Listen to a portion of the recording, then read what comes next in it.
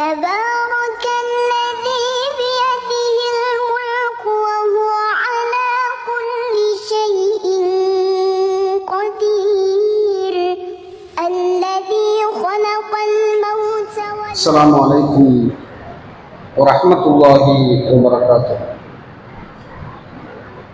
إن الحمد لله نحمده ونستعينه ونستغفره من يهده الله فلا مضل له ومن يضلل فلا هادي له وأشهد أن لا إله إلا الله وحده لا شريك له وأن محمدا عبده ورسوله أما بعد. قال الله تعالى في القرآن العظيم والفرقان المجيد فأعوذ بالله من الشيطان الرجيم بسم الله الرحمن الرحيم. قال رب اشرح لي صدري ويسر لي أمري واحلل عقدة من لساني يفقهوا قولي. وقول نبينا صلى الله عليه وسلم யஸ்ஸிரு இலகுவாக்குங்கள் வலா துஅஸ்ஸிரு மக்களுக்கு சிரமங்களை கொடுக்காதீர்கள். வபஷ்ஷிரு மக்களுக்கு நல்ல செய்திகளை எடுத்துரையுங்கள். வலா துனஃபிரு மக்களை விருந்தோட செய்யாதீர்கள் என்கிற இறை தூதர் முஹம்மது நபி ஸல்லல்லாஹு அலைஹி வஸல்லம் அன்னவர்களின் நபிமொழியை சொன்ன வண்ணம் எனது ஜும்ஆ உரையினை ஆரம்பம் செய்கிறேன். இந்த நேரத்தில் நாம் பார்க்க போகிற செய்தி என்னவென்றால், இந்த உலகத்தில் பல கோடி முஸ்லிம்கள் வாழ்கிறார்கள். ஒவ்வொரு முஸ்லிம்களுடைய செயல்பாடுகளை நாம பார்க்கும் பொழுது தங்களை எதை கொண்டு அடையாளப்படுத்துகிறார்களோ அப்படி அடையாளப்படுத்தக்கூடிய நிலையில் தான் அவர்கள் இருக்கிறார்களா என்பதை நாம் சிந்தித்து பார்க்க கடமைப்பட்டிருக்கிறோம். எல்லா முஸ்லிம்களும் தங்களை அடையாளப்படுத்தும் பொழுது நாங்கெல்லாம் முஸ்லிம்கள், நாங்கள் இஸ்லாமிய குடும்பம் என்று அடையாளப்படுத்திக் கொள்வார்கள். இப்படி அடையாளப்படுத்திக் கொள்ளக்கூடியவருடைய நிலை என்னவாக இருக்கும் என்றால், வீட்டுல மார்க்க தொடர்பு சுத்தமாக என்ன செய்யாது, இருக்காது. ஒரு வணக்க வழிபாடுகளில் ஆர்வமில்லாத ஒரு குடும்பமாக, ஃபஜ்ர் தொழுகையில ஏனைய மற்ற தொழுகைகளில் ஆர்வமில்லாத நிலைகளில் உள்ள ஒரு குடும்பத்தில் உள்ள அங்கத்தவர்களாக இருந்து கொண்டு அல்லது மார்க்கத்துக்கு முரணான காரியங்களை செய்து கொண்டு வெறுக்கத்தக்க வார்த்தைகளை பேசிக்கொண்டு அல்லது குடும்பத்தில் யாரோ ஒரு நபர் அப்படி இருப்பார்கள் சொன்னாலும் தங்களை அடையாளப்படுத்திக் கொள்ளும் போது எப்படி அடையாளப்படுத்துவாங்க, நாங்களாம் இஸ்லாமிய குடும்பமாக இருக்கிறோம், மார்க்கம் கற்றுத்தந்த குடும்பமாக எங்கள் குடும்பத்தை வழிநடத்துகிறோம் அப்படின்னு சொல்லுவாங்க. இப்ப நாம எது இஸ்லாமிய குடும்பம், எப்படி நாம இஸ்லாத்தை கடைபிடித்து ஒரு குடும்பமாக வாழ்வது அவசியமான ஒன்று என்பது நாம அறிய கடமைப்பட்டிருக்கிறோம். அல்லாஹ் ரப்பல் ஆலமீன் திருமறை குர்ஆனில் நமக்கு எடுத்துரைக்கும் பொழுது சூரா ஹுஜராத் 49வது அத்தியாயத்தில் 13வது வசனத்தில் இறைவன் பேசுகிறார். எந்த ஒரு மனிதனாக இருந்தாலும் உலகத்தில் அவனால தனியா வாழ முடியுமா? மனிதன் என்கிற தனி கேட்டகரியில எந்த உறவுகளும் இல்லாமல், தாய் இல்லாமல், தந்தை இல்லாமல், குழந்தைகள் இல்லாமல், அவனுக்கு உண்டான துணைகள் இல்லாம உலகத்துல யாராவது வாழ முடியுமா? எந்த உறவும் இல்லை, உறவே இல்லாம நான் உலகத்துல வாழ்ந்துருவேன்னு சொல்ல முடியாது. ஒரு நட்பு வட்டாரமாக என்ன செய்யும் அவனுக்கு இருக்கும்.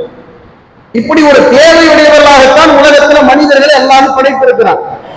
திருமறை குர்ஆனில் அல்லாஹ் சொல்லும் பொழுது, யா அய்யுஹன்னாஸ், மக்களே, இன்னா ஹலக்னாக்கும் மின் ذكரி வ உன்ஸா, உங்களை ஒரு ஆண் ஒரு பெண்ணிலிருந்து நாம் படைத்திருக்கிறோம்.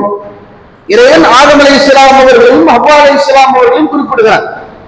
உங்கள் படைப்பினுடைய தொடக்கம் என்பது, இந்த உலகத்திலே எவ்வளவு பல்கி நீங்கள் பெருகியிருந்தாலும் கூட உங்கள் படைப்பின் தொடக்கம் என்னவென்றால், நீங்கள் ஒரு ஆண் ஒரு பெண்ணில் இருந்துதான் படைக்கப்பட்டுள்ளீர்கள். ஒரு அல்லாஹ்வின் ஷுஊபம் வ கபாயில், உங்களை கிளைகளாக ஆக்கியிருக்கிறோம், உங்களை கோத்திரங்களாக ஆக்கியிருக்கிறோம். இன்னைக்கு வாழக்கூடிய முஸ்லிம்களுக்கு மத்தியில கிளைகள் இருக்கும் இல்லையா, கிளைகள் கோத்திரங்கள்லாம் குடும்ப பெயர்னு ஒண்ணு இருக்கு. அப்துல் ரஹ்மானா, இந்த அப்துல் ரஹ்மானு, இந்த குடும்பத்தை சார்ந்த அப்துல் ரஹ்மான் அப்படின்னா அவங்களுக்கு அடையாளம் தெரியும். இந்த குடும்பத்தை சார்ந்த அப்துல்லா அப்படின்னா அடையாளம் தெரியும்.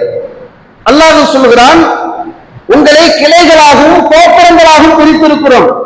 இப்படி பிரித்தது எதற்காக தெரியுமா? நீங்கள் ஒருவரை ஒருவர் அறிந்து கொள்ள வேண்டும் என்பதற்காகத்தான் இப்படியான படைப்பை நாம படைச்சிருக்கிறோம் அப்படின்னு அல்லாஹ் சொல்லுகிறான். இன்ன அக்கிரமக்கும் இந்தல்லாஹி அத்தகாக்கும், உங்களில் அல்லாஹ்விடத்தில் சிறந்தவர் யார் தெரியுமா? நீங்கள் இன்ன குடும்பம் என்பதற்காக சிறந்தவராக ஆக முடியாது இல்லையா? இதற்கு மிகச்சிறந்த உதாரணம் நபிகள் நாயகம் ஸல்லல்லாஹு அலைஹி வஸல்லம் அவர்கள் குறைஷி குலம் இல்லையா? அதே குறைஷி குலத்துல எத்தனையோ நபர்கள் மார்க்கம் அறியாத, இஸ்லாத்தில் இல்லாத நபர்களாக இருந்திருக்கிறார்கள். அபூ லஹபை எடுத்துக் கொள்ளுங்கள், உத்பாவை எடுத்துக் கொள்ளுங்கள், ஷைபாவை எடுத்துக் கொள்ளுங்கள். இவர்கள் எல்லாம் நபிகள் நாயகம் ஸல்லல்லாஹு அலைஹி வஸல்லம் அவர்கள் வாழக்கூடிய நிலைகளில் நபிகளார் எந்த குலத்தவராக இருந்தார்களோ அதே குலத்தில் உள்ளவர்கள் தான். ரசூலுல்லாஹ்வுக்கு இஸ்லாம் கிடைத்தது, அவங்களுக்கு கிடைக்கல இல்லையா? குலத்தை கொண்டு எந்த பெருமையும் கிடையாது. அல்லாஹ் சொல்கிறான், இன்ன அக்கிரமக்கும் இந்தல்லாஹி அத்தகாக்கும், உங்களிடத்தில் நீங்கள் அல்லாஹ்விடத்தில் சிறந்தவர்களாக யார் ஆகிறார் என்றால், யார் அல்லாஹ்வை பயப்படுகிறாரோ, அல்லாஹ்வை அஞ்சி நடக்கிறாரோ அவர்தான் அல்லாஹ்விடத்தில் சிறந்தவர் என்று இறைவன் சொல்கிறார். எப்படிப்பட்ட குடும்பமாக நம்முடைய குடும்பத்தை அமைக்க வேண்டும் என்று சொன்னால், அல்லாஹ்வுடைய பயபக்தியை, அல்லாஹ்வுடைய இறையச்சத்தை இறைவன் நம்மை கண்காணிக்கிறான், பார்க்கிறான் என்கிற கண்ணோட்டத்தில் ஒருவர் நடைபோடுவார் என்றால் அவர் இஸ்லாமிய குடும்பமா அவருடைய குடும்பத்தை என்ன செய்யலாம், வாழ்த்தெடுக்கலாம். இன்னும் சொல்வதாக இருந்தால், மறுமையில இந்த உலகத்துல குடும்பமாக கோத்திரமாக வாழக்கூடியவர்கள் மறுமையில எப்படி இருப்பார்கள் தெரியுமா? இன்னைக்கு ரொம்ப அந்யோன்யமாக இருக்க வேண்டும் என்று ஆசைப்படுகிறோம். ஒரு தாய் தந்தையினுடைய பாசத்தை பிள்ளைகளிடத்தில் கேட்டால் கண்ணீர் மல்க அழுகிறது. குழந்தையை பற்றி பெற்றோரிடத்தில் கேட்டால் அழுகிறார்கள். சகோதரனை பற்றி கேட்டால் அழுகிறார்கள். அவ்வளவு ஒரு அந்யோன்யமாக பாச நேசத்தோடு இருப்பவர்கள் நாளை மறுமை நாளிலே எப்படி இருப்பார்கள் தெரியுமா? உலகத்திலே யாருக்காக நீங்கள் கண்ணீர் சிந்துகிறீர்களோ அவங்களோட நாம இன்பமாக இருக்க வேண்டும் என்பதுதான் ஆசைப்படுவோம். குடும்பமா சேர்ந்து நிம்மதியா இருக்கணும். யாராவது குடும்பத்தோடு தனியா நான் மட்டும் ஒண்டி கட்டியா நிம்மதியா இருக்கணும்னு நினைப்பாங்களா? நினைக்க மாட்டான். குடும்பத்தோட மனைவி மக்களோட என் தாய் தந்தையரோட நிம்மதியா இருக்கணும்னு ஆசைப்படுவார்கள். ஆனால் மறுமையிலே நீங்கள் நினைக்கக்கூடிய அந்த குடும்பம் எப்படி இருக்கும் தெரியுமா? திருமலை குர்ஆனில் அல்லாஹ் சொல்கிறான், மறுமை நாளில் சூர் ஊதப்படக்கூடிய அந்த நாளிலே, உலகம் அழிக்கப்படக்கூடிய அந்த நாளில் சூர் ஊதப்படும். அந்த நேரத்திலே எந்த உறவுகளும் பயனளிக்காது. அவர்கள் ஒருவரைக்கொருவர் விசாரித்துக் கொள்ளவும் மாட்டார்கள். மறுமை நாள் எப்படி இருக்கும்? அல்லாஹ் சூர் ஊதக்கூடிய நேரத்தில் அந்த திடுக்கமும் நடுக்கமும், நாம பார்க்கக்கூடிய பெரும் பெரும் மலைகள் எல்லாம் சிதறுகளாக மேகத்தை போன்று நகர்ந்து செல்லும். பூமியே சிதைந்து ஓடும். நாம் பார்க்கக்கூடிய உலகமே சிதைந்து சின்னாபின்னமாய் நிற்கக்கூடிய அந்த நிலைகளில் உறவை யோசிப்பார்களா? பாப்பாவை பார்க்க தோணுமா? அம்மாவை பார்க்க தோணுமா? அல்லாஹ் சொல்கிறான், அங்கே எந்த விதமான உறவுகளும் பயனளிக்காது. உலகத்தை சாவும், ஒருவருக்கொருவர் விசாரித்துக் கொள்ளவும் மாட்டார்கள் என்று அல்லாஹ் மிக தெளிவாக சொல்கிறான். இன்னும் அல்லாஹ் சூரா அல்-மஆரிஜ் 70வது அத்தியாயத்தில் 11வது வசனத்திலிருந்து அல்லாஹ் பேசுகிறான். அப்படியான நிர்கதியான நிலையை தந்தையை பார்க்க மாட்டான், தாயை பார்க்க மாட்டான், உறவுகளை பார்க்க மாட்டான், துணைகளை பார்க்க மாட்டான், விரண்டு ஓடுவான். அல்லாஹ் திருமறை குர்ஆன்ல சூரா அபஸவை சொல்கிறான், யௌம யஃபிருல் மர்உ மின் அஹீஹி வ உம்மிஹி வ அபீஹி வ ஸாஹிபத்திஹி வ பனீஹி. நாளை மறுமை நாளிலே தன் தந்தையை பார்த்து, தாயை பார்த்து, துணையை பார்த்து மனிதன் விரண்டு வெறுத்து ஓடுவான். ஏன்? லிகுல்லி இம்ரிஇன் மின்ஹும் யௌமஇதின் ஷஅனுன் யுக்னி. அதையெல்லாம் நிகழ்த்தக்கூடிய ஒரு காரியம் அவன் கண் முன்பாக வந்து நிற்கும். அவனுக்கு விசாரிப்பதற்கு நேரம் இருக்காது. இன்னும் சொல்வதாக இருந்தால், உண்மையிலேயே விசாரிப்பதற்கு ஆரத்தலகி அரவணைக்கக்கூடிய ஒரு நேரம் அந்த நேரமாகத்தான் இருக்கும்.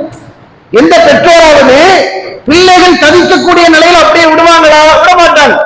பிள்ளை அழுதுகிட்டு இருக்கு, ரொம்ப கஷ்டப்படுது, சிரமப்படுதுன்னா ஆரத்தலகி அரவணைப்பார்கள். கவலைப்படாதப்பா, உனக்கு கவலைப்பட நான் இருக்கிறேன் என்று ஆரத்தலகி அரவணைக்க வேண்டிய ஒரு பெற்றோர்கள் மறுமையிலே எப்படி இருப்பார்கள்? என்னுடைய பிள்ளையை கண்டு நான் விரண்டு ஓடுகிறேன், பெற்றோரை கண்டு விரண்டு ஓடுகிறேன். என்ன காரணம்? அதையெல்லாம் மிகக்கூடிய ஒரு காரியம் இருக்கிறது. இன்னும் சொல்ல போவதாக இருந்தால் அல்லாஹ் மிக தெளிவாக சொல்லுகிறான், எல்லாத்தையும் அடகு வைக்க நிற்பணும்.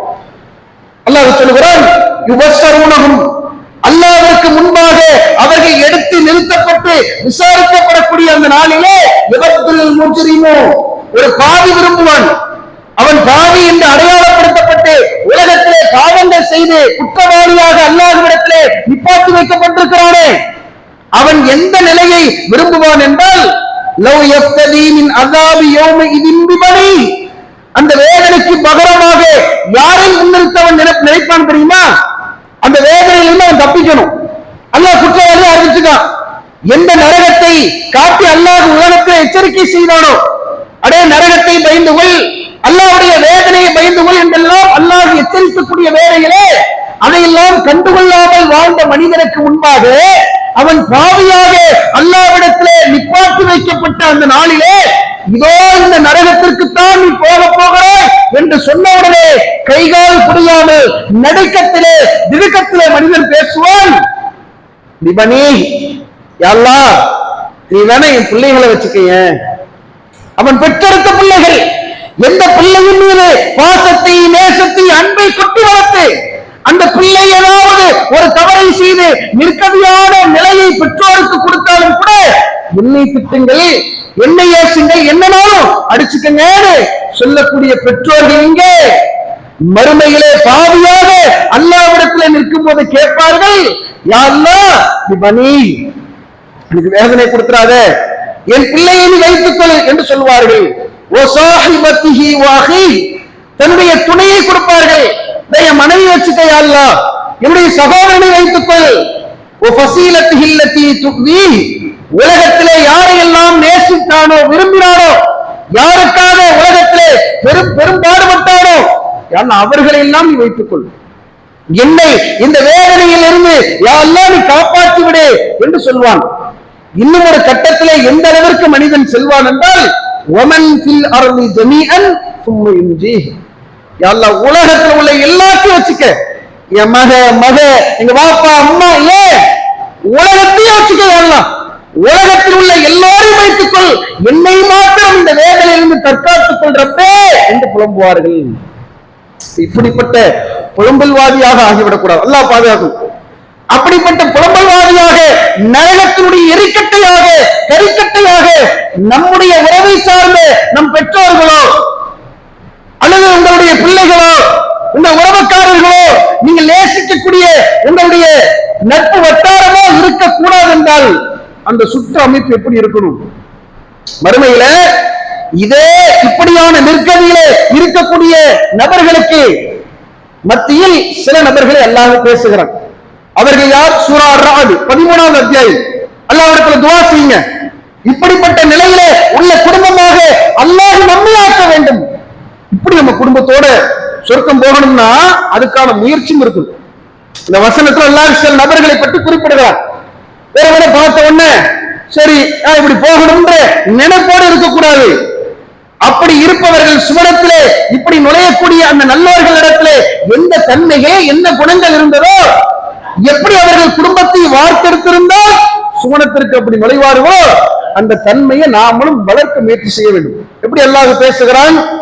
வல்லதீன ஸபரு, பொறுமையை மேற்கொண்டார்களே, உலகத்திலே வாழும் பொழுது இபதுகாக வஜ்ஹி ரப்பிஹிம், தங்களுடைய இறைவனுடைய திருமுகத்திற்காக உலக வாழ்க்கையிலே அல்லாஹ் அவர்களுக்கு கொடுக்கக்கூடிய கஷ்டங்களையும் சிரமங்களையும் பொறுத்துக் கொண்டு வாழ்ந்தார்களே, அப்படிப்பட்டவர்கள் வஅகாமுஸ் ஸலாத், தொழுகையை நிலைநாட்டினார்களே, அப்படிப்பட்டவர்கள் வஅன்ஃபகு மிம்மா ரஸக்னாஹும் சிர்ரன் வ அலானியா, வெளிப்படையாகவும் மறைமுகமாகவும் தான தர்மங்கள் செய்தார்களே, அப்படிப்பட்டவர்கள் வயத்ரஊன பில் ஹஸனத்தி ஸய்யிஆ, தீமைகள் நன்மைகளை முற்படுத்தி அதிகமாக செய்தார்கள். அப்படிப்பட்டவர்கள் உலாயிக்க லஹும் உக்பத்தார், அவர்களுக்குத்தான் இறுதி முடிவு இருக்கிறது. யார் யார் உலகத்துல வாழும் பொழுது பொறுமையை மேற்கொண்டு அல்லாஹ் சொல்லக்கூடிய முதன்மையான தன்மை, சுவர்க்கவாசிகளாக சுவர்க்கத்திலே நுழையக்கூடிய நபர்களாக அல்லாஹ் குறிப்பிடக்கூடிய முதல் நபர் அல்லாஹ்வுக்காக பொறுமை மேற்கொண்டவர், தொழுகையை நிலைநாட்டியவர். அவர் எப்படி சுவர்க்கத்தில் நுழைவார்? அல்லாஹ் அடுத்த வசனத்தை சொல்கிறான், ஜன்னாத்து அத்னின், சுவர்க்கத்திலே அவர்கள் யதுகுலூனஹா, அவர்கள் சுவனத்திற்குள் நுழைவார்கள். வமன் ஸலஹ மின் ஆபாயிஹிம், அவருடைய பெற்றோர்களிலிருந்து, அஸ்வாஜிஹிம், அவருடைய துணைகளோடு, வதுர்ரியாத்திஹிம், அவர்களுக்கு பின்பு வந்த சந்ததிகளோடு, வல் மலாயிகத்து யதுகுலூன அலைஹிம் மின் குல்லி பாப், சுவர்க்கத்தினுடைய ஒவ்வொரு வாயில்களிலிருந்தும் அந்த குடும்பத்தோடு வருவாங்க. அவங்க மட்டும் வர மாட்டாங்க, அவங்களுடைய வாப்பா, அவங்களுக்கு முன்வாழ்ந்த முன்னோர்கள், இவர்கள் பெற்றெடுத்த பிள்ளைகள், அந்த பிள்ளைகள் பெற்றெடுத்த பிள்ளைகள், இப்படி ஒரு பெரிய கூட்டமா அப்படி பாக்கி தள்ள கொடுக்க முடியும். இதை கற்பனை செய்யும் பொழுது யோசித்து பாருங்கள். இப்படி குடும்பத்தோடு சுவர்க்கம் செல்லக்கூடிய ஒரு பாக்கியம் உங்களுக்கு கிடைக்க வேண்டும் என்றால், இன்னைக்கு இருக்கிற மாதிரி இருந்தா தொழுகையில, வணக்க வழிபாடுகள்ல, நன்மைகள்ல அலட்சிய போக்கோடு இருந்து கொண்டு இது மாதிரி ஒரு நிலையை நாம எதிர்பார்க்க முடியுமா? மறுமையிலே திடுக்கத்திலே நடுக்கத்தில் இருக்கக்கூடிய மக்களுக்கு மத்தியிலே சுவனத்திலே நிம்மதியாக குடும்பத்தோடு என்றால் ஒரு ஜெனரேஷன் மட்டும் கிடையாது, அவங்களுக்கு முன்னால பின்னால வாழ்ந்த எல்லாரோடையும் சுவர்க்கத்திற்கு செல்லக்கூடிய ஒரு பாக்கியம் சிலருக்கு மாத்திரம் கிடைக்கும் என்று அல்லாஹ் சொல்லுகிறான். அப்ப அப்படிப்பட்ட குடும்பமாக உங்களுடைய குடும்பம் இருக்க வேண்டும் என்றால் என்ன செய்யணும்? மார்க்க அடிப்படையில் அல்லாஹ் எதை முன்னிறுத்தி சிறந்தவர்கள் என்று சொல்கிறானோ, அல்லாஹ்விடத்திலே சிறந்தவர்கள், அல்லாஹ்வை யார் உலகத்திலே பயபக்தியோடு பயந்து வாழ்கிறார்களோ அவர்கள் என்று அல்லாஹ் சொல்லுகிறானே, அதை ஊட்டி குடும்பத்தை வார்த்தை எடுத்தோம் என்று சொன்னால், அந்த குடும்பத்தில் இருக்கக்கூடிய கணவரா இருக்கட்டும், மனைவியா இருக்கட்டும், பிள்ளைகளா இருக்கட்டும், அந்த குடும்பமே மார்க்கப்பட்டோடு சரியான பாதையை நோக்கி செல்லும். முதல் அடிப்படையிலேயே இந்த மார்க்கத்தை குடும்பம்னு சொன்னா முதல்ல குடும்பத்தினுடைய முதல் அங்கமே துணையை தேடுவதுதான் இல்லையா? ஒரு கணவன் மனைவியை தேடுவது, மனைவி கணவனை தேடுவது. அந்த பேஸ் அடிப்படையிலேயே மார்க்கத்தை முன்னிறுத்தாமல் ஏனைய மற்ற விஷயங்களை முன்னிறுத்தக்கூடிய சந்தர்ப்பத்திலே குடும்பம் அப்படியே கொலாப்ஸ் ஆயிடும். அவனுடைய ஒரு தனி மனிதன் இருக்கிறார் என்றால் அவன் குடும்பமாக ஆகக்கூடிய ஒரு சூழல் என்பது, அவன் துணையை தேர்ந்தெடுக்கிறான், அவனுக்குன்னு பிள்ளைகள் வரும், அவனுக்குன்னு அடுத்தடுத்த சந்ததிகள் வரும். அந்த நிலையிலேயே தடுமாறி நிற்கிறான். எப்படி மார்க்கம் என்ன வரையறையை முன்னிறுத்த சொல்கிறது? திருமணம் முடிக்கக்கூடிய சந்தர்ப்பத்தில் எதனை பார்க்கணும்? ஒரு பெண் 4 விஷயத்திற்காக மணமுடிக்கப்படுகிறாள். அவள் அழகிற்காக, பாரம்பரியத்திற்காக, குலத்திற்காக, பொருளாதாரத்திற்காக. யார் மார்க்கத்தை தேர்வு செய்யவில்லையோ தரீபத்துல் யதா, அவன் கை நாசமாக போகும் என்றார்கள். ஒரு தேர்வு, ஒரு ஆண் பெண்ணை தேர்ந்தெடுப்பதாக இருந்தாலும், ஒரு பெண் ஆணை தேர்ந்தெடுப்பதாக இருந்தாலும் எதை முதலில் முன்னிறுத்த வேண்டும்? மார்க்கத்தை பார்க்கணும். அந்த பொண்ணு எப்படி இருக்கு? சரியான முறையில் தொழக்கூடிய ஒரு பெண்ணாக இருக்கிறதா? மார்க்க அடிப்படையில் நடக்கக்கூடிய ஒரு பெண்ணாக இருக்கிறதா என்று முன்னிறுத்தி பார்த்தோம் என்று சொன்னால், அந்த குடும்பத்துல எந்த பிரச்சனை, சண்டை, சச்சரவு, ஒரு பெண் ஆணை தேர்ந்தெடுப்பதா இருந்தாலும், ஒரு ஆண் பெண்ணை தேர்ந்தெடுப்பா இருந்தாலும் இந்த வழிமுறையை பார்க்க வேண்டும். சொன்னாங்கல்ல, ஒரு மனிதனுக்கு உலகத்தில் கிடைக்கக்கூடிய பொக்கிஷங்கள்லயே ஆக சிறந்த பொக்கிஷம் என்ன தெரியுமா? அல் மர்அத்து சாலிஹா, சாலிஹான மனைவிதான் என்றார்கள். ஏன்? சாலிஹான மனைவி எந்த வீட்டுல இருக்கிறார்களோ சண்டை சச்சரவு வருமா, பிரச்சனை வருமா? முதல்ல வராது. இன்னைக்கு பெரும்பான்மையாக குடும்பம் சீரழிவதற்குண்டான காரணம் இந்த தேர்வு இல்லாம போறதுதான். சாலிஹான பெண்ணா, சாலிஹாங்கிற பேரை வச்சவங்க கிடையாது. வெறுமனே நீங்க சாலிஹான பெண் என்றால் உங்களுடைய கற்பனையிலே சில ஆணிமாக்கள் வந்து நின்றார்கள் என்றால், அல்லது ஆணைகள் வந்து நின்றார்கள் என்றால் அது அல்ல. அல்லாஹ் சொல்கிறான், இன்னமா யக்ஷல்லாஹ மின் இபாதிஹில் உலமா, இறைவனை யார் பயபக்தியோடு பயந்து நடக்கிறார்களோ அவர்கள்தான் அல்லாஹ்வை பயப்படக்கூடிய உலமாக்கள் என்று அல்லாஹ் சொல்கிறான். அல்லாஹ்வுடைய பயம் இருந்தாலே போதும். யார் அல்லாஹ்வை பயப்படுறாங்களோ, பயந்து நடக்கிறாங்களோ அவர்கள் தான் உலமாக்கள். அவங்க பிராக்டிக்கலா மார்க்க விஷயங்களை யார் அப்ளை பண்றாங்களோ, மார்க்கத்தின் அடிப்படையில நடக்கிறார்களோ அவர்கள் தான் சாலிகான நபர்கள். அவங்க இருந்த குடும்பத்தை பிரச்சனை, சண்டை, சச்சரவுக்கு வழியல் யோசிச்சு பாருங்க. பெரும்பான்மையாக இந்த குடும்பத்தில் நடக்கக்கூடிய பெரும்பான்மையான பிரச்சனைக்கு ஃபர்ஸ்ட் பிரச்சனை என்ன வந்து நிற்கும்? பொருளாதார பிரச்சனை. குறிப்பாக தாய்மார்கள் இருக்கிறார்கள் என்றால் மார்க்கத்தை விளங்கிய மார்க்க அடிப்படையில புரிந்து நடக்கக்கூடிய ஒரு பெண்ணாக இருக்கக்கூடிய சந்தர்ப்பத்தில் குடும்ப தலைவனுடைய எல்லா சூழ்நிலையும் புரிஞ்சுப்பாங்க இல்லையா? கணவர் இருக்கிறாரு, கணவருடைய சம்பாத்தியம் எவ்வளவுதான், கணவரால இதை வச்சுதான் குடும்பத்தை நடத்த முடியும், நாம புரிஞ்சுக்கணும், சரியா நடக்கணும், இப்படிங்கிற பண்பு எப்ப வரும்? அவர்கள் சரியான முறையில மார்க்கத்தை அறிந்தவர்களாக இருந்தால் மாத்திரம் அது சாத்தியப்படும். இல்லைன்னு வச்சுங்களேன், அங்க பக்கத்து வீட்டுல வந்து பெரிய எல்இடி டிவி இருக்கு, 85 இன்ச் எல்இடி டிவி இருக்குது, பெரிய ஃப்ரிட்ஜ் இருக்கு, டபுள் டோர் ஃப்ரிட்ஜ் இருக்குது, அங்க அப்படி இருக்கு, உங்கள்கிட்ட நான் என்ன கண்ட, இப்படின்னு அவனை ஆக பெரிய சிரமத்திற்கு உள்ளாக்கும் பொழுது அவன் என்ன பண்றான்? என்னடா இது இப்படி ஆயிட்டே அப்படிங்கிற ஒரு நிலைக்கு போய் வட்டியில போய் கடல்ல போய் விடுறான். இப்படி நடக்கிறா இல்லையா? இன்னும் பெற்றெடுத்த பிள்ளைகள் அவங்க மார்க்கத்துக்கு முரணாக உலகத்துல எப்படி இருக்கணும், எப்படி நடக்கணும்னு சொல்லி கொடுத்து வளர்க்கக்கூடிய ஒரு நிலையில இருக்கணும். அவன் இஷ்டத்துக்கு அவனுக்கு தேவையான விஷயங்களை கேட்பான். ஒரு பள்ளிக்கூடத்துக்கு போகக்கூடிய ஒரு 11th படிக்கிறான், 12th படிக்கிறான், அல்லது காலேஜ் படிக்கிறானா அம்மா மட்டும் வந்துருவாங்க. எங்களுக்கு வந்து காலேஜுக்கு எங்களால பஸ்ல போக முடியல, எங்களுக்கு வந்து வண்டி வேணும், பைக் வேணும். பைக் வேணும்னா பாபாவுக்கு என்ன பைக் வேணும்? ஜாவா பைக் தான் வேணும். சும்மா சாதாரணமான பைக்ல அவருக்கு ஒரு எடுத்து ஓட்ட மாட்டாரு. 1 லட்சம் ரூபாய், 2 லட்சம் ரூபாய், 3 லட்சம் ரூபாய், 4 லட்சம் ரூபாய், அது மாதிரி விலை உயர்ந்த வாகனமே வேணும் அப்படின்னு கேட்டு ஒத்த காலில் நிக்கிறது. வாப்பாட்ட கேட்ட வாப்பா என்ன செஞ்சிருவாரு? நிலை எடுத்து சொல்லிடுவாரு. அம்மா அம்மாட்ட போய் கேட்கும்போது என்ன செய்வாங்க? அவங்களுக்கு இறக்கம் வந்துடும். நேர கணவன்ட்டு வருது. அவங்க வந்து என்ன செய்யறது? என் புள்ள நடந்து போறான் தெரியுமா உங்களுக்கு? புள்ளனா நடந்தான் போகணும், நடந்து போறான். காலேஜுக்கு என் புள்ள நடந்து போனா என்ன ஆகிறது? அவனுக்கு ஏதாவது பைக் எடுத்து கொடுங்கன்னு வாகனத்தை எடுத்து கொடுக்கிறது. இந்த வாகனத்துல இளைஞர்கள் இப்ப கரெக்டா அவங்க வந்து என்ன தேவைக்காக எடுத்தாலும் அதற்காக ஓட்டலாம் பரவாயில்ல. நீங்க பெரும்பான்மை அப்படி கேட்கிறாங்களா?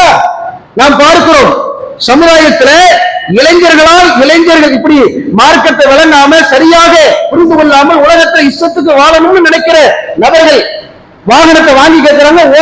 ரோட்ல ஓட்டுற மாதிரி இல்ல, எடுத்து வண்டி ஓட்டினோம்னா ஏதோ ஜெட் ஓட்டுற மாதிரி, ராக்கெட் ஓட்டுற மாதிரி என்ன செய்யறான்? நேரம் அத்தனை குத்திர ஓட்டுறான். அதனால பல பிரச்சனைகள் ஏற்பட்டு விபத்துக்கு உள்ளாகி அவனுக்கே அது சவக்குழியாக மாறிவிடுகிறது. அப்ப இது மாதிரியான நிலைகள்ல கணவன்மார்களை பிரஷர் பண்ணும்போது போய் வட்டியில் விடுறான். அவனுக்கு இப்படியான நெருக்கடியான நிலைமை ஏற்படுகிறது. அவனுடைய தேர்வு மிகச்சரியாக இருக்கும் என்றால் அங்க பிரச்சனை, சண்டை, சச்சரவுகள் ஏற்படுமா? மார்க்கத்தை விளங்கிய நிலையில உள்ள ஒரு கணவராக மனைவியாக இருக்கக்கூடிய சந்தர்ப்பத்துல அல்ல என்ன கொடுத்தானோ அதை பொருந்திக்கிட்டு வாழணும். ரசூல் ஸல்லல்லாஹு அலைஹி வஸல்லம் அவர்கள் சொல்லுகிறார்கள் அல்லவா, லைஸல் கனியு அன் அக்தரில் அம்வால், அதிகம் காசு உள்ளவன் பணக்காரன் அல்ல, உலகின்னல் கனியு ஹினன் நஃப்ஸ், போதும் என்கிற மனப்பான்மையோடு உலகத்தில் எவன் வாழ்கிறானோ அவன் தான் பணக்காரன். நம் கணவருடைய சம்பாத்தியம் இவ்வளவு, அவரால் 15,000 தான் மாதம் சம்பாதிக்க முடியும், அவரால் 20,000 தான் சம்பாதிக்க முடியும். அந்த 20,000த்துக்குள் 15,000த்துக்குள் எப்படி குடும்பத்தை வழிநடத்துறது? இவன் அப்படி அதாவது ரொம்ப ஆடம்பரமாக ஏதாச்சும் ஒண்ணு புள்ள கேட்டா கூட ஆசுவாசப்படுத்துவார்கள். இல்லடா பாப்பாவுடைய சம்பாத்தியம் எப்படி, நம்ம இப்படி இருக்கணும்னு ஆசுவாசப்படுத்துவாங்க. அப்ப இந்த நிலைகள்ல முதன்மை தேர்வு என்ன செய்யணும்? இருக்கணும். அதற்கு பின்பு குடும்பத்தை வழிநடத்தக்கூடிய சந்தர்ப்பத்துல அந்த குடும்பம் எப்படி இருக்க வேண்டும் தெரியுமா? முதல்ல பெற்றெடுத்தவங்களுடைய பிள்ளைகளுக்கு பெற்றோர்கள் பொறுப்பாளர்கள் அப்படிங்கிறத மிக தெளிவாக புரிந்து கொள்ள வேண்டும். அல்லாஹ்வுடைய தூதர் ஸல்லல்லாஹு அலைஹி வஸல்லம் அவர்கள் சொல்கிறார்கள், குல்லுக்கும் ராயின் வ குல்லுக்கும் மஸ்ஊலுன் அன் ரஇயத்திஹி, உங்களில் ஒவ்வொருவரும் பொறுப்பாளி, அவர்கள் தத்தமது பொறுப்பு குறித்து நிச்சயமாக விசாரிக்கப்படுவார்கள் என்று அல்லாஹ்வுடைய தூதர்கள் நமக்கு சொல்லிவிட்டார்கள். பல நபர்களுக்கு கிடைக்காத குழந்தை பாக்கியத்தை ஆண் குழந்தையாக, பெண் குழந்தையாக, குழந்தை செல்வமாக அல்லாஹ் உங்களுக்கு கொடுத்திருக்கிறார் என்றால் அந்த குழந்தையை எப்படி வளர்க்கிறோம், மார்க்கப்பட்டுள்ள சாலிகான பிள்ளைகளாக வளர்க்கிறோமா? எப்படிப்பட்ட சாலிகான பிள்ளை தெரியுமா? அல்லாஹ்வுடைய தூதர்கள் சொன்னார்களே, நீங்கள் மரணித்தால் இறந்தால் உங்களை 3 விஷயங்கள் பின்தொடரும். அதிலே ஒன்று சாலிகான பிள்ளையினுடைய துஆ என்று சொன்னார்களே. அல்லாஹ்விடத்திலே கைகூப்பி, யா அல்லாஹ், அல்லாஹும்ம ஃபிர் லஹு வர்ஹம்ஹு வஆஃபிஹி வஅஃபு அன்ஹு வஅக்ரிம் நுஸலஹு, யா அல்லாஹ் இவருடைய பாவத்தை மன்னித்து விடு, இவருடைய கபரை நீ விசாலமாக்கி என்று ரப்பிடத்திலே ஜனாசாவினுடைய தொழுகையிலே துஆ செய்யக்கூடிய பிள்ளைகளாக ஒவ்வொரு நேர தொழுகையிலும் அல்லாஹ்விடத்திலே கையேந்தி ரப்பிர்ஹம்ஹுமா கமா ரப்பயானி ஸகீரா, இறைவா நான் சிறு பிள்ளையிலே இருக்கும் பொழுது என்னை எப்படி அவர்கள் பராமரித்து பரிவோடு வளர்த்தார்களோ அதுபோல் என் பெற்றோருக்கு அருள் புரி இறைவா என்று கேட்பார்களே. அப்படிப்பட்ட சாலிகான பிள்ளையினுடைய துஆ உங்களை பின்தொடரும் என்றார்கள். அந்த துஆவுக்கு நிகராக உலகத்தில் நீங்கள் லட்சங்களை கோடிகளை ஏன் உலகத்தையே நீங்கள் ஈடாக கொடுத்தாலும் ஈடாக அந்த பிள்ளையினுடைய துஆவுக்கு அவ்வளவு மதிப்பு இருக்குது. அதனால்தான் மார்க்கோ அந்த விஷயத்துல நன்மையை அவன் இறந்த பிறகும் அவனை பின்தொடரும் என்று அல்லாஹ்வுடைய தூதர்கள் சொல்றாங்க. அப்படிப்பட்ட பிள்ளைகளாக உங்களுடைய பிள்ளைகளை வார்த்தெடுக்க வேண்டும் என்றால் அல்லாஹ்வுடைய தூதர் அவங்க சொல்றாங்க, பெற்றோருடைய வளர்ப்பு என்பது ரொம்ப முக்கியம். இந்த உலகத்துல பிறக்கக்கூடிய ஒவ்வொரு குழந்தையும் எப்படி பிறக்கிறது தெரியுமா? யூலது அலல் ஃபித்ரா, உலகத்தில் பிறக்கக்கூடிய எல்லா குழந்தைகளும் இயற்கை மார்க்கத்தில் தான் பிறக்கிறது. எல்லா குழந்தையும் முஸ்லிமா தான் பிறக்கும். அந்த குழந்தையினுடைய பெற்றோர்கள் தான் யுஹஃபிதானிஹி, அந்த குழந்தைகளை யகூதிகளாக மாற்றுகிறார்கள், நஸ்ரானிஹி அல்லது நஸ்ரானிகளாக கிறிஸ்தவர்களாக மாற்றுகிறார்கள், மஜ்ஜிசானிஹி அல்லது நெருப்பு வணங்கிகளாக மாற்றுகிறார்கள். ஒரு குழந்தையினுடைய வளர்ப்பில் தான் இந்த மாற்றம் நடைபெறுகிறது என்று அல்லாஹ்வுடைய தூதர்கள் சொன்னதிலிருந்து பெற்றோருக்கு அதீதமான பண்பு, அதீதமான மிக முக்கியமான பொறுப்பு குழந்தையை வளர்ப்பதில் இருக்கிறது என்பதை பெற்றோர்கள் புரிந்து கொள்ள வேண்டும். First role model. முதல்ல நீங்க என்ன செய்யணும்? முன்மாதிரியா இருக்கும். எந்த ஒரு விஷயத்தை பிள்ளைகளிடத்தில் சொல்வதாக இருந்தாலும், நல்ல விஷயமா இருந்தாலும் சரி, கெட்ட விஷயத்திலிருந்து விலகக்கூடிய நிகழ்வாக இருக்கட்டும், என்ன ஒன்றாக இருந்தாலும் முதல்ல ரோல் மாடலா நீங்க நடக்கும். எப்படி இப்ராஹிம் அலைஹிஸ்ஸலாம் அவர்கள் இருந்தார்கள். இப்ராஹிம் அலைஹிஸ்ஸலாம் அவர்கள் தன் பிள்ளையிடத்தில் சொன்னார்கள், என் மகனே, நான் உன்னை கனவிலே அறுப்பது போன்று கனவு கண்டேன் என்றார்கள். அது இறைக்கட்டளை. தன் மகனிடத்தில் சொல்கிறார்கள். மகனிடத்தில் சொல்லப்பட்டவுடனே இஸ்மாயில் அலைஹிஸ்ஸலாம் அவர்கள் சொன்ன பதில் என்ன? என் தந்தையே, ஃபஃஅல் மா துஅமர், உங்களுக்கு என்ன கனவுல வந்ததோ அதை பண்ணுங்க. இப்படி சொல்ற மாதிரி தந்தை ஒரு கட்டளை இட்டால் அந்த கட்டளையை செவிமடுத்து கேட்கக்கூடிய அளவுக்கு என்ன கேட்டார் தந்தை? உன்னை அறுத்து குர்பானி கொடுக்க போறேன், அதான் குழந்தை போறேன். அதன் அர்த்தம், என்னை தந்தையே, என்னை என்ன வேண்டுமானாலும் செய்யுங்கள், உங்களுக்கு அதுதான் இறை கட்டளை என்றால், அதைத்தான் இறைவன் சொன்னான் என்றால் அதற்கு நான் அடியணிந்து விட்டேன் என்றார்கள். இப்படி சொல்ற மாதிரி பிள்ளைகள் உடனே கட்டுப்பட்டுச்சுன்னு சொன்னா எப்படி அந்த இப்ராஹிம் அலைஹிஸ்ஸலாம் அவர்கள் நடந்திருப்பார்கள்? அவர்கள் பண்ண தியாகங்களை, அர்ப்பணிப்புகளை, கஷ்டங்களை, சிரமங்களை பார்த்து பார்த்து வாழ்ந்த குழந்தை. அந்த குழந்தைக்கு என்ன வாப்பா சொன்னாங்கன்னா நம்ம கேட்கணும் இல்லையா அப்படின்ற சிந்தனை போய் சேர்ந்திருக்குன்னா அப்படி நடந்திருக்கிறாங்க. எந்த ஒரு விஷயத்தை பிள்ளைகளிடத்தில் நீங்கள் சொன்னாலும், உதாரணத்துக்கு தொழுகை எடுத்துங்க. பெற்றோர்கள் தொழுகையை குறித்து பிள்ளைகளிடத்தில் ஏவும் பொழுது அந்த தொழுகையினுடைய முக்கியத்துவத்தை, தொழுகையை பற்றியான அம்சங்களை, தொழுகையை விட்டால் எவ்வளவு பெரிய கேடுங்கிறத ஆத்மார்த்தமா புரிய வைக்கணும். இவங்களே தொழுகைக்கு உள்ள தொழுகையில எவ்வளவு அலட்சிய போக்கோடு இருப்பார்கள் என்றால், ஃபஜ்ருக்கு தொழ போயிடணும், என்ன கரெக்டா இருந்துச்சு, ஃபஜ்ருக்கு தொழ போயிடணும். மதரசால என்ன சொல்லி கொடுக்குறாங்க கேட்கணும். பாபா என்ன செய்வாரு?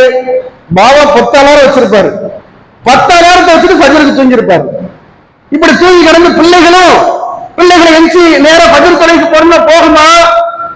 மிக கவனமாக நீங்கள் எந்த அளவிற்கு உங்களுடைய குழந்தைகளை பேணுதலாக வளர்க்க வேண்டும் என்றால், முதல்ல குடும்பத்தோட சேர்ந்து ஃபஜ்ர்ல எந்த குடும்பத்தோடு எஞ்சி ஃபஜ்ர் தொழுறாங்களோ அல்லாஹ்வுடைய ரஹ்மத், அல்லாஹ்வுடைய அருள் வளம் என்பது நிறைந்திருக்கும். யார் ஜமாத்தோடு ஃபஜ்ர் தொழுகைகளை கலந்து கொள்கிறாரோ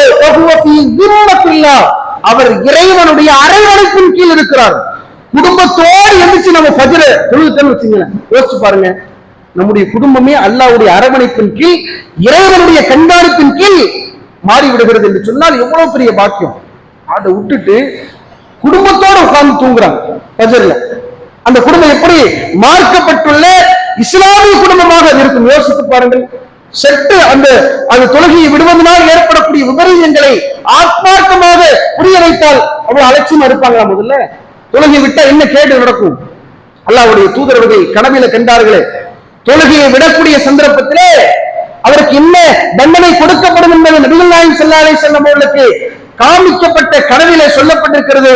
ஒரு பெரிய பாறாங்கலை வைத்துக் கொண்டு ஒரு நபர் இருப்பார். கீழே உள்ள நபரின் மீது பெரிய பாறாங்கல் தூக்கி வீசப்படும். போடப்பட்ட பாறாங்கலினால் தலை சிதறுகளாக உடைந்து எரியப்படும். அப்படியே ரத்த வெள்ளத்தில் மூழ்குவாரு. பாறாங்கல் உடைஞ்சிரும்.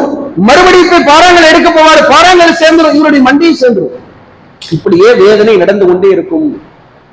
அல்லாஹ்வுடைய தூதர் அவர்கள் கேட்கிறாங்க, சுப்ஹானல்லாஹி மன் ஹாவுலாயி, இப்படிப்பட்ட வேதனைக்கு சொந்தக்காரர்கள் யார்? இவர்கள் கடமையான தொழுகையை தொழாமல் உறங்கியவர்கள், குர்ஆனை கற்று மறந்தவர்கள். அல்லாஹ் பாதுகாக்கணும். ஒவ்வொரு நேர தொழுகையை சர்வ சாதாரணமாக விட்டுவிட்டு உறங்கக்கூடிய, சர்வ சாதாரணமாக தொழுகையை விட்டுவிட்டு கிடக்கக்கூடிய ஒவ்வொரு முஸ்லிம்களும் யோசித்துக் கொள்ளுங்கள்.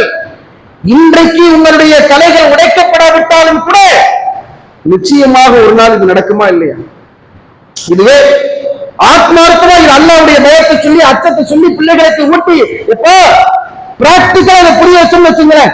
இதுவே கரெக்டா ஃபஜருக்கு எந்திரிக்கலன்னா 3 மணிக்கு 4 மணிக்கு உங்களுடைய வீட்டுல ஒரு எஸ்கார்ட் இருப்பாரு. அவர் கையில AK-47 இருக்கும். அடிச்சு புல்லட் இறக்குனாருன்னா மண்டை செதறி போயிடும். நீ கரெக்டா ஃபஜருக்கு எந்திரிக்கலன்னா நீ செத்துருவ அப்படின்னு எந்திரிக்காம இருப்பாங்களா? தஹஜ்ஜுத் தொழ ஆரம்பிச்சிருவாங்க. 3 மணிக்கு எந்திரிச்சு எல்லாரும் செஞ்சிருவாங்க, தஹஜ்ஜுத் தொழ ஆரம்பிச்சிருவாங்க. இப்படி மார்க்க ரீதியான விஷயங்கள்ல பிள்ளைகளிடத்துல எடுத்து சொல்லும் பொழுது முதல்ல பிராக்டிக்கலா தொழுகை விஷயங்கள் அவங்க என்ன செய்யணும், கடைபிடித்து நடக்க வேண்டும். பிறகு பிள்ளைகள்கிட்ட என்ன செய்யணும், ஏவணும். அது இல்லாம எவ்வளவு வழிமுறைகளை மார்க்கம் சொல்கிறது. ஃபஜ்ர் ஜமாத்தோடு தொழுது குர்ஆன் ஓதுறது. இந்த குர்ஆன் ஓதுறதுக்கே நிறைய நன்மைகள் அல்லாஹ்வுடைய தூதர்கள் சொல்கிறார்கள். ஒரு எழுத்துக்கு நமக்கு 10 நன்மை.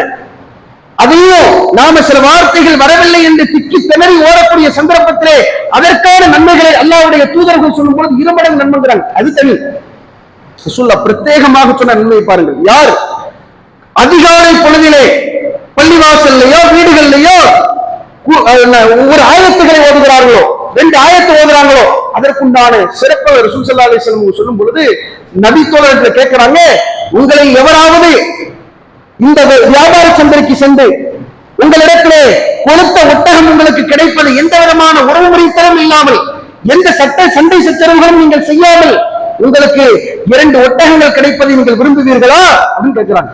நபித்தோரமா சொல்றாங்க, அல்லாஹ்வுடைய தூதர்கள் நாங்கள் விரும்புவோம். அப்படி உங்களுக்கு அது கிடைக்க வேண்டும் என்றால் தினமும் அதிகாலை பொழுதிலே நீங்கள் 2 வசனங்களை ஓதுங்கள், நீங்கள் 3 வசனங்களை ஓதுங்கள், 4 வசனங்களை ஓதுங்கள். எத்தனை வசனங்களை நீங்கள் ஓதுகிறீர்களோ அத்தனை ஒட்டகங்களை நீங்கள் குர்பானி கொடுத்த தான தர்மம் செய்த நன்மைகள் உங்களுக்கு கிடைக்கும். எவ்வளவு பெரிய பாக்கியம்! இப்படி நிறைய வழிமுறைகள் அல்லாஹ்வுடைய தூதர் நமக்கு சொல்லிக் கொடுக்கிறாங்க.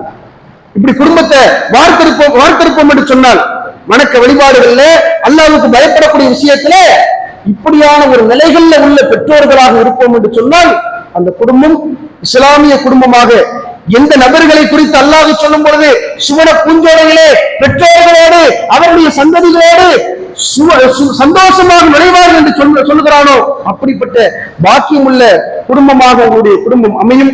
அப்படிப்பட்ட பாக்கியத்தை அல்லாஹ் ரப்பல் ஆலமீன் நம்மவர்கள் அனைவருக்கும் தந்தருள்வார் என்ற துஆவோடு எனது முதல் உரையை முடித்துக் கொள்கிறேன்.